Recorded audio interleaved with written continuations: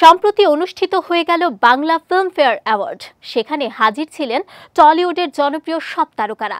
Glamorous লুকে এদিন red কার্পেটে ধরা দেন শ্রাবন্তী চ্যাটার্জিও।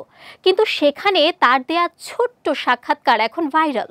নেটিজেনদের মতে অভিনেত্রীর ইংরেজি নাকি বেশ দুর্বল, চলছে কটাক্ষের বন্যা। ভাইরাল ভিডিওতে দেখা যাচ্ছে সেখানে সাংবাদিক শ্রাবন্তীকে ইংরেজিতে বলছেন, ফিল্মফেয়ার অ্যাওয়ার্ডস বাংলায় স্বাগত আপনাকে, আপনাকে খুব মিষ্টি লাগছে, কোন মুহূর্তের জন্য আপনি মুখিয়ে রয়েছেন।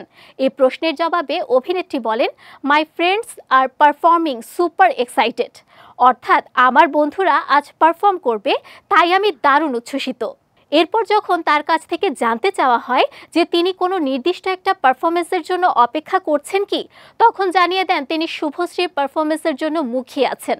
বর্তমানে এই ভিডিও ভাইরাল, নেটিজেনরা মশকরা করছেন। এক ব্যক্তি লেখেন, বাংলায় জিজ্ঞেস করলেই তো হতো, এত ভয় পেত না। যদিও অনেকে আবার শ্রাবন্তীকে সমর্থন করেছেন। একজন লেখেন, ইংরেজিকে কবে থেকে আমরা কেবল একটি বিদেশি ভাষা হিসেবে ধরব, কোনো বোদ্ধা হওয়ার স্ট্যান্ডার্ড নয়। আরেকজন লেখেন, ইংরেজি না জানা বা তাতে দুর্বল হওয়া কোনো অপরাধ নয়।